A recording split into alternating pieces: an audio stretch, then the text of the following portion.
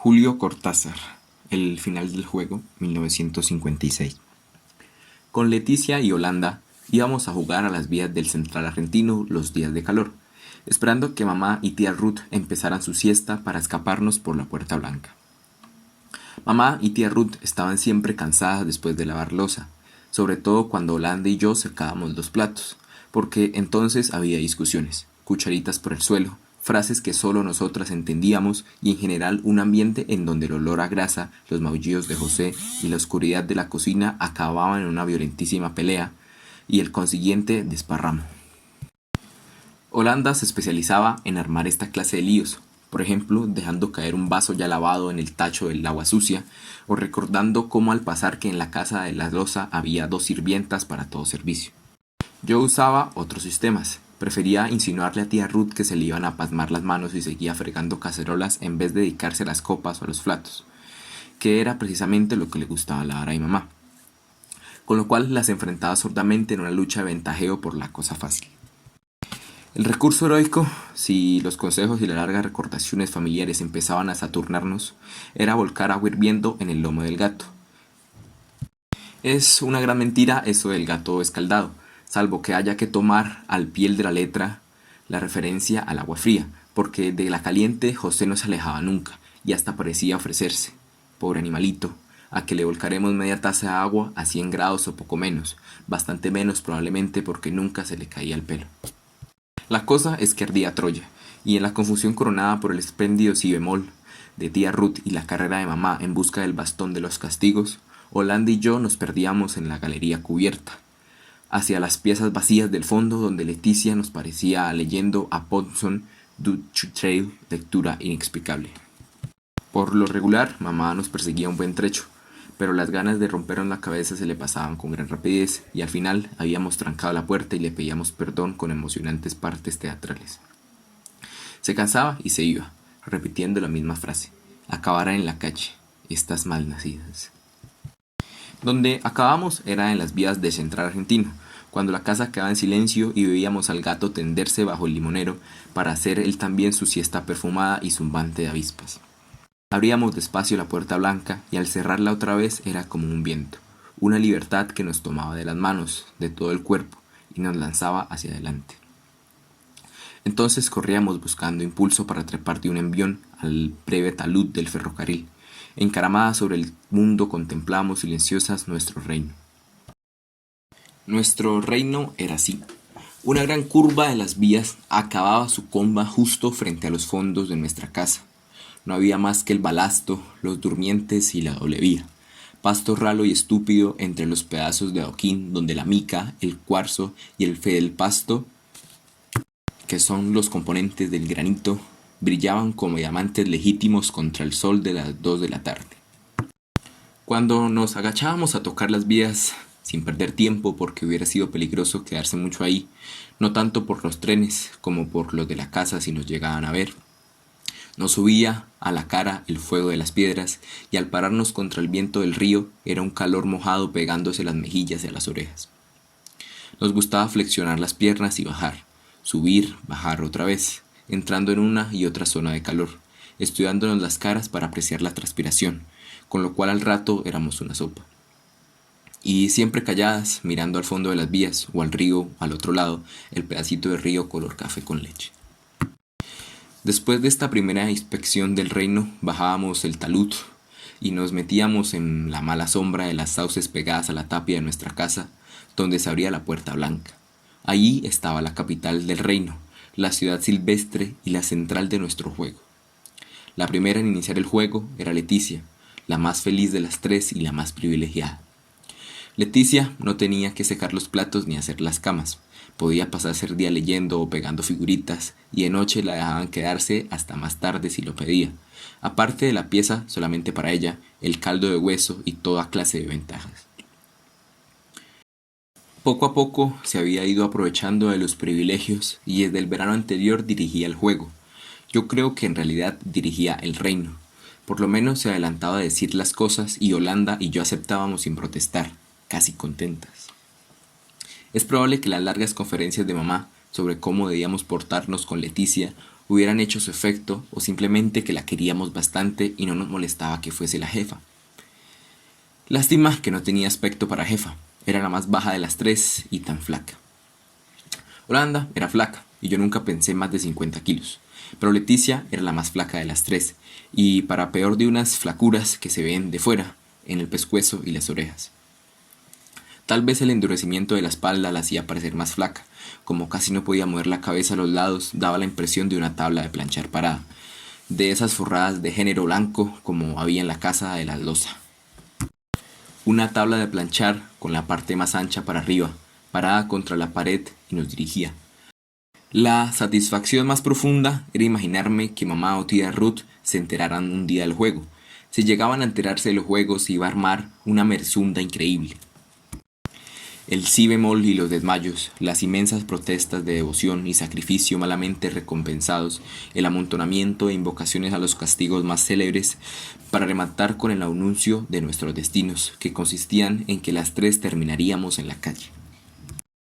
Esto último siempre nos había dejado perplejas, porque terminar en la calle nos parecía bastante normal. Primero Leticia nos sorteaba. Usábamos piedritas escondidas en la mano, contar hasta 21, cualquier sistema. Si usábamos el de contar hasta 21, imaginábamos 2 o 3 chicas más y las incluíamos en la cuenta para evitar trampas. Si una de ellas salía a 21, la sacábamos del grupo y sorteábamos de nuevo, hasta que nos tocaba a una de nosotras. Entonces Holanda y yo levantábamos la piedra y abríamos la caja de los ornamentos. Para la caridad, el ideal era un rostro angélico, con los ojos vueltos al cielo, mientras las manos ofrecían algo, un trapo, una pelota, una rama de sauce, a un pobre huerfanito invisible. La vergüenza y el miedo eran fáciles de hacer, el rencor y los celos exigían estudios más detenidos. Los ornamentos se destinaban casi todos a las estatuas, donde reinaba una libertad absoluta. Para que una estatua resultara, había que pensar bien cada detalle de la indumentaria. El juego marcaba que la elegida no podía tomar parte en la selección. Las dos restantes debatían el asunto y aplicaban luego los ornamentos. La elegida debía inventar su estatua aprovechando lo que le habían puesto, y el juego era así mucho más complicado y excitante porque a veces habían alianzas contra y la víctima se veía ataviada con ornamentos que no le iban para nada. De su viveza dependía entonces que inventara una buena estatua. Por lo general, cuando el juego marcaba las actitudes, la elegida salía bien parada, pero hubo veces en que las estatuas fueron fracasos horribles. Lo que cuento empezó vaya a saber cuándo, pero las cosas cambiaron el día en el que el primer papelito cayó del tren. Por supuesto que las actitudes y las estatuas no eran para nosotros mismas, porque nos hubiéramos cansado enseguida. El juego marcaba que la elegida debía colocarse al pie del talud, saliendo de la sombra de las sauces y esperar el tren de las 2:08 que venía el Tigre.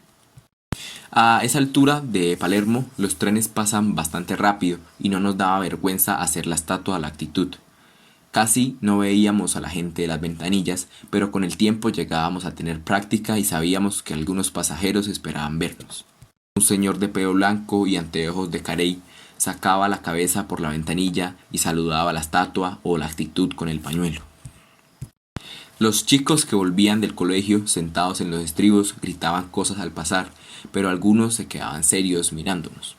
En realidad la estatua o la actitud no veía nada, por el esfuerzo de mantenerse inmóvil, pero las otras dos bajo las sauces analizaban con gran detalle el buen éxito o indiferencia producidos.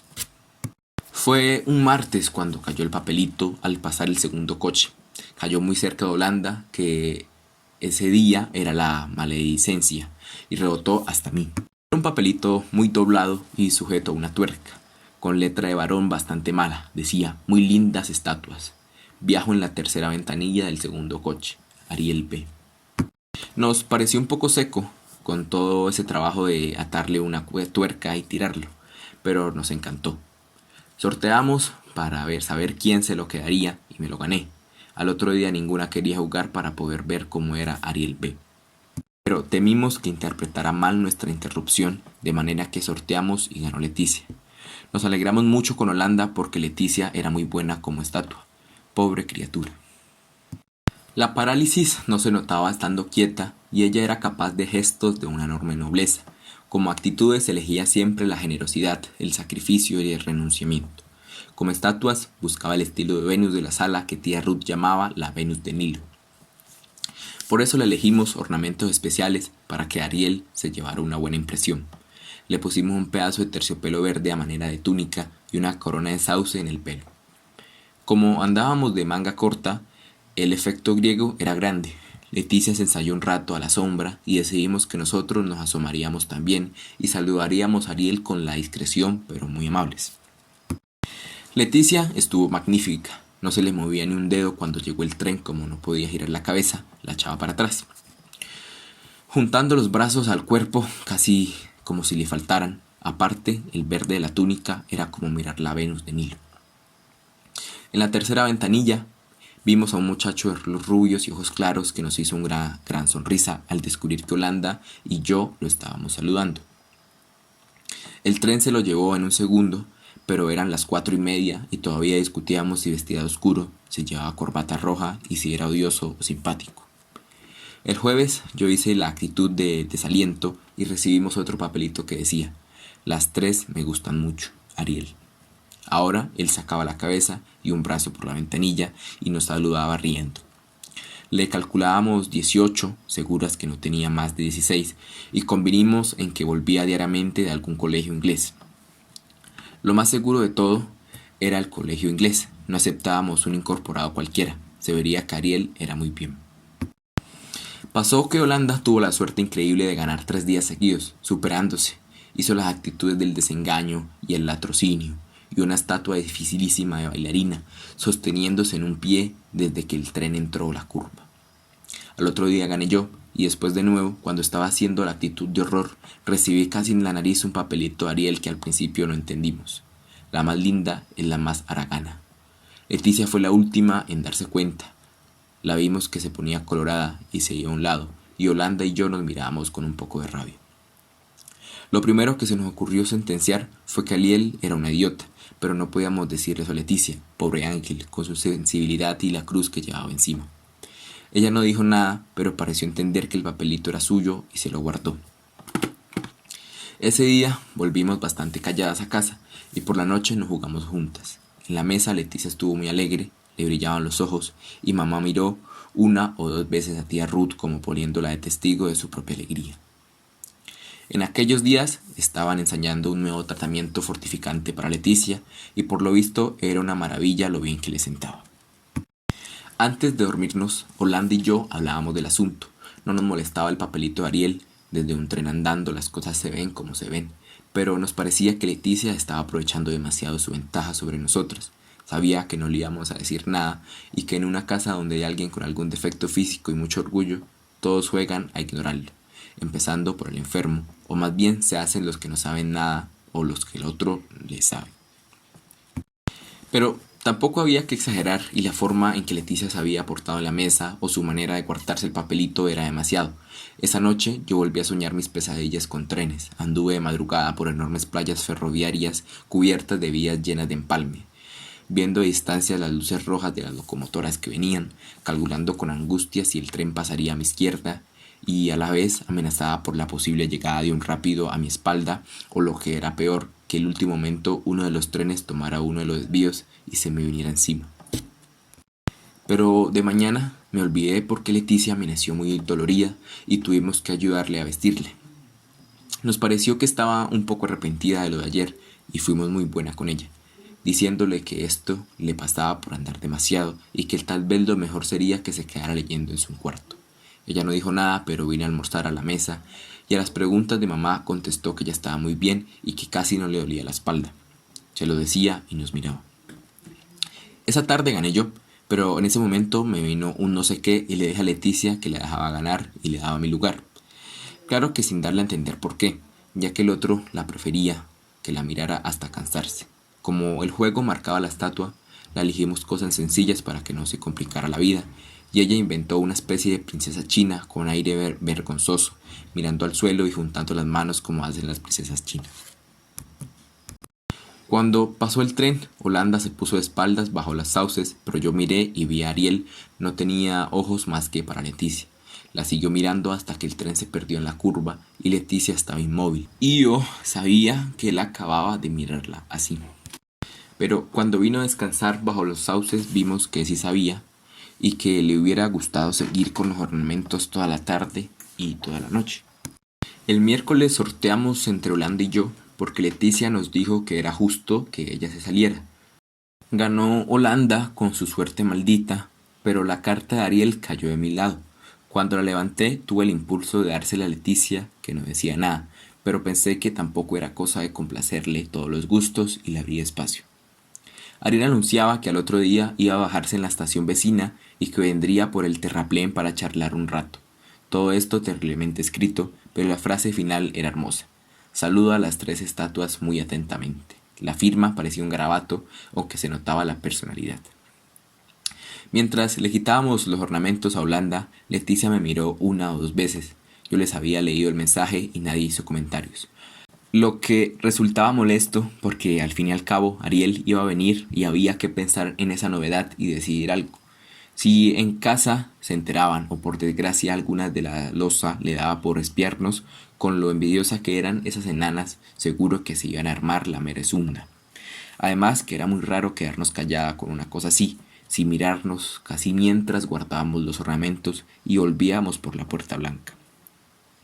Tía Ruth nos pidió a Holanda y a mí que bañáramos a José. Se llevó a Leticia para hacerle el tratamiento y por fin pudimos desahogarnos. Nos parecía maravilloso que viniera Ariel. Nunca habíamos tenido un amigo así o nuestro primo Tito no lo contábamos. Un tilingo que juntaba figuritas y creía en la primera comunión. Estábamos nerviosísimas con la expectativa y José pagó el pato sobre Ángel.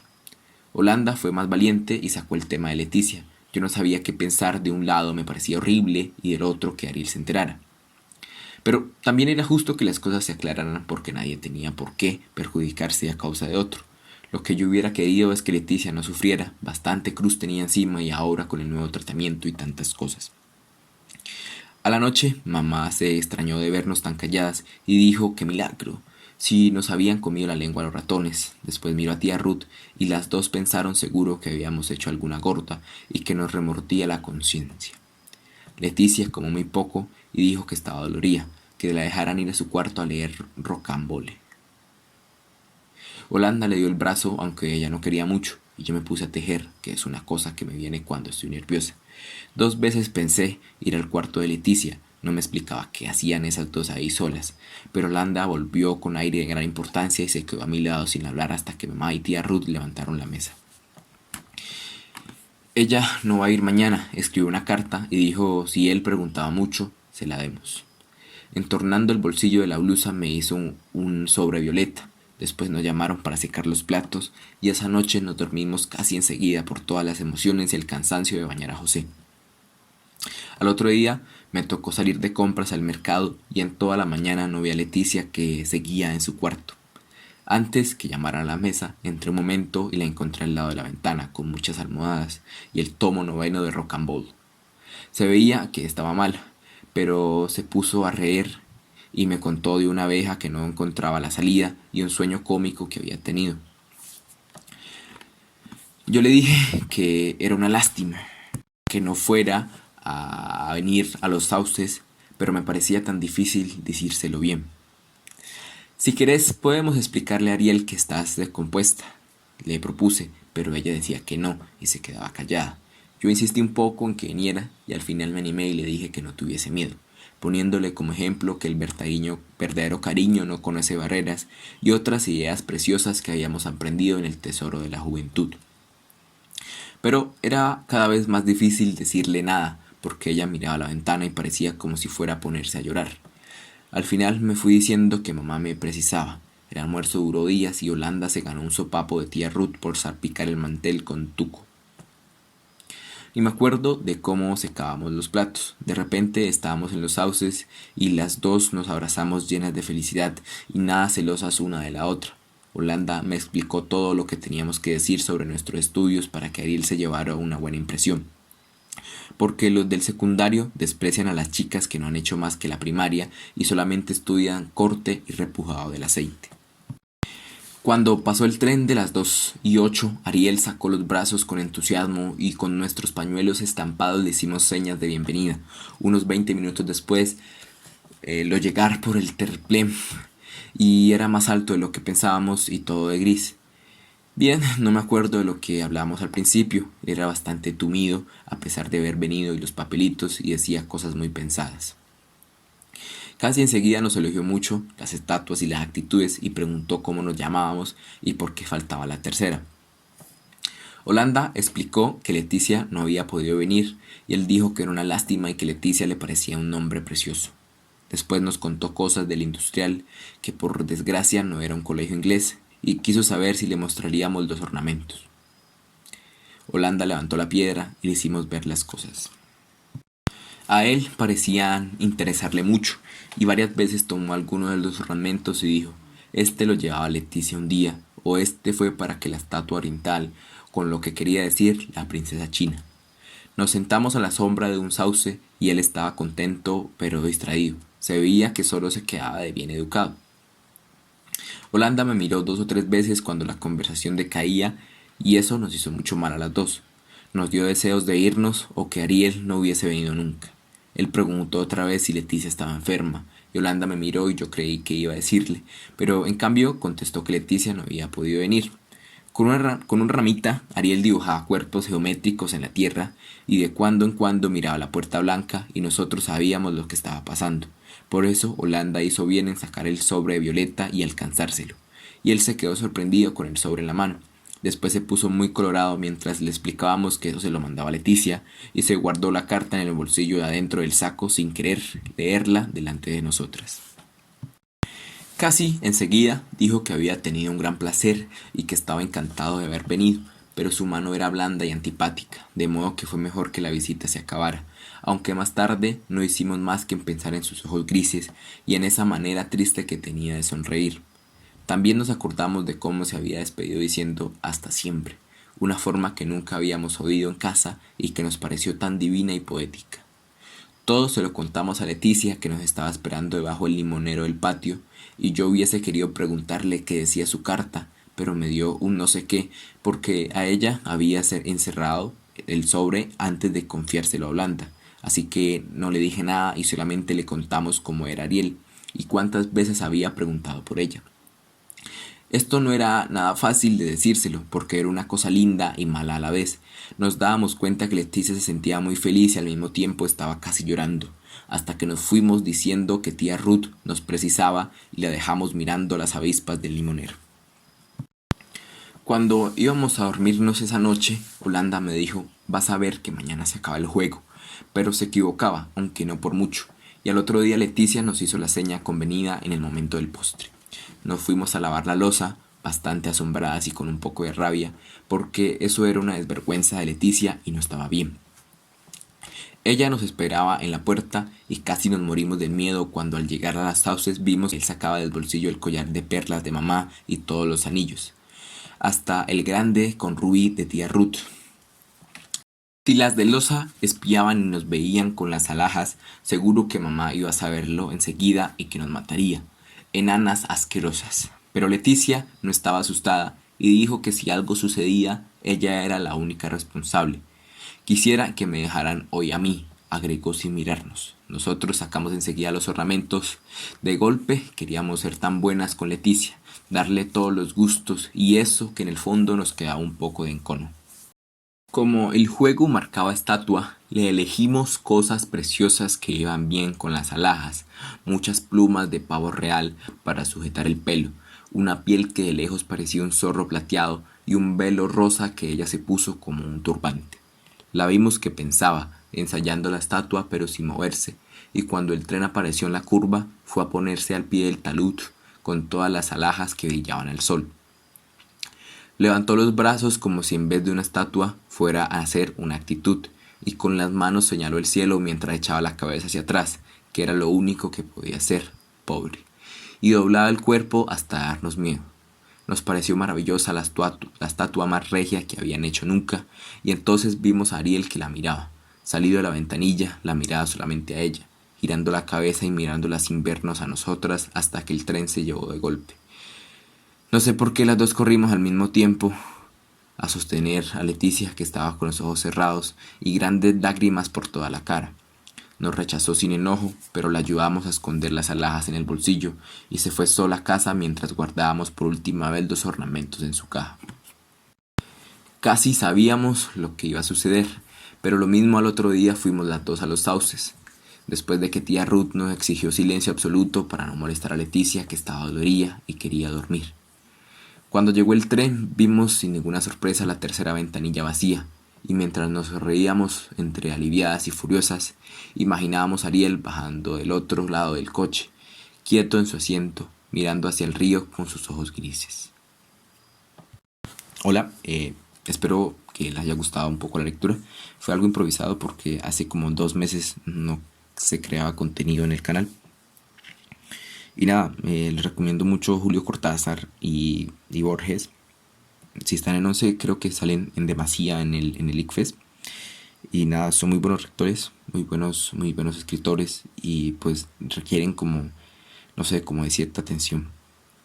Perdón si me equivoqué en algunas palabras o en algunas estructuras lógicas que como tal el texto no tiene, porque estoy muy cansado de la garganta. Es un texto bastante largo, se llama El final del juego, de Julio Cortázar. Y nada, espero que les haya gustado y esperen el domingo un podcast con Álvaro Andrés Chocó y posiblemente con Sara Urbano sobre los estados alterados de conciencia. Que les vaya bien.